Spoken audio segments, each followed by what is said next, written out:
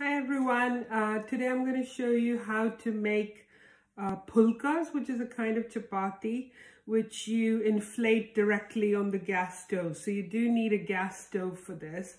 This is a kind of unleavened Indian bread. So here I've got 2 cups of wholemeal atta, which is chapati flour. This is a bit more finely ground than regular wholemeal flour. And I've got some water, roughly about half a litre, but we won't need all of it, and half a teaspoon of salt.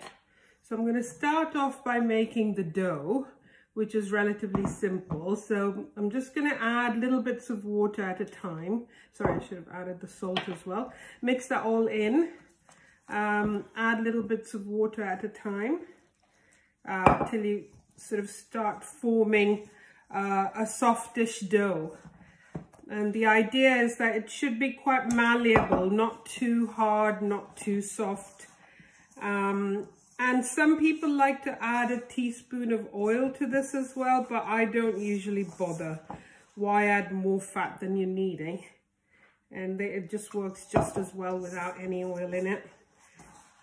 So just add little bits at a time. If you can see what I'm doing here, and use a wide pan for this because it's easier to work the dough, because you're going to have to knead it for a few minutes to release all that lovely gluten and make the chapatis nice and soft. So I'm going to do this with one hand because there's not a lot of flour here, but if there was more I would be using 2 hands. So you can start using your fist like that to sort of work it in. And at the end of the process, you shouldn't have anything left in the pan. It should all sort of wipe it up.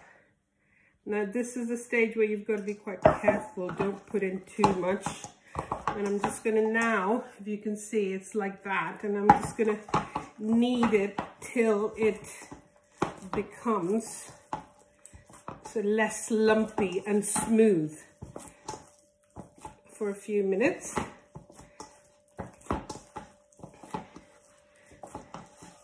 Just wipe up the sides, get it in there, punch it a bit.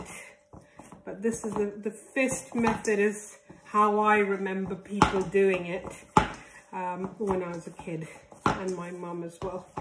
So I'm going to use both hands now just to get it a bit working, get it in a bit more. You can see the pan is getting quite clear now, clean on the sides. And now I'm going to just leave this for a bit with a damp cloth over it, and I'll come back in about 10 minutes and start making the pulkas. Now we're going to start making the pulkas, and I'm going to show you what equipment you actually need for making these. First of all, the most important thing is a tawa, which is, I've got quite a heavy one. This is at least a couple of kilos. And it's cast iron. If you haven't got that, obviously use whatever you have, the heavier the better, and a sort of flattish pan. I'm going to switch this on straight away so that that's heating up while I explain the other equipment to you. Then you need a bit of flour for dusting while you're rolling them. You need a pair of tongs to handle the pulka when it's on the fire. You need a rolling pin. This is an Indian balan, which you can actually buy in Asian shops, but use any rolling pin you have. And this is a chakla, or the surface on which you roll out the chapatis, but actually you can use your kitchen surface as well. It doesn't really matter.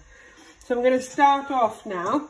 So pinch a bit off, and this comes with practice because you want to make them of a relatively even size. But if you're concerned about the differing sizes, then you can sort of pinch off a few of these balls at once, or roll it into a log and cut off balls, whatever you find easier.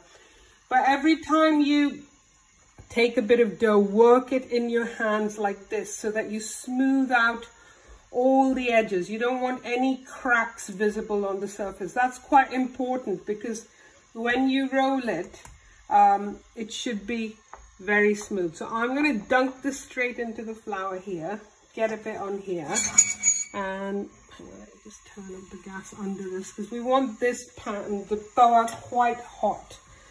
So roll this out, and here's very important to roll it out evenly. Now I'm doing it so that it spins at the same time, but you don't need to do that. You can just pick it up and flip it like that. Dust as necessary if it starts sticking to the surface, and roll it in as circular a shape as you can. The most important thing is to get the edges thin, you know, because what often happens is that you roll in the middle and then the edges become thick. So roll this quite thin, I'd say to about, oh, I don't know, about a millimeter or so in thickness. And then you're going to plop it onto the tawa.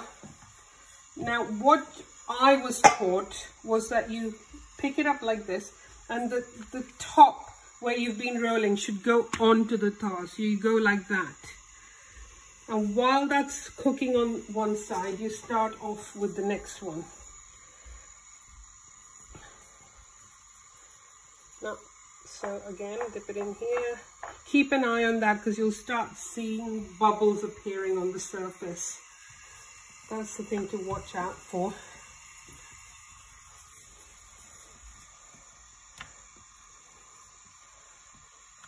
And try to keep the use of the dusting flour to a minimum because it burns on the tawa. And if it does burn on there and creates a kind of black powder on the surface, just brush it off, because otherwise it'll stick to the next pulka. Okay, so now flip this over. If you don't want to use your fingers, you can use the tongs. And as you can see, there's just slight sort of brownish marks starting to appear on the surface. And you can pick this up with the tongs and start to have a look underneath. It's still not quite done. This tawa wasn't as hot as it should have been, but you need to make sure that it's not too hot. So if you have a look at the flame, it's kind of, well, it's a sort of high medium flame. I think that's the best way to describe it. Okay, so now you see that there's some activity and it's starting to puff up a bit. And you have another peep underneath. Yeah, you see the little brown dots starting to appear there. That's very good. Give it another couple of, like 2-3 seconds. And now we're going to pull this off the flame like so. Take this and flip it again on this side. So it goes woo, like that. And then give it a couple of seconds. Now give it a couple of seconds here. And that's the pulka done. And ideally, you should brush that with ghee as soon as it's done.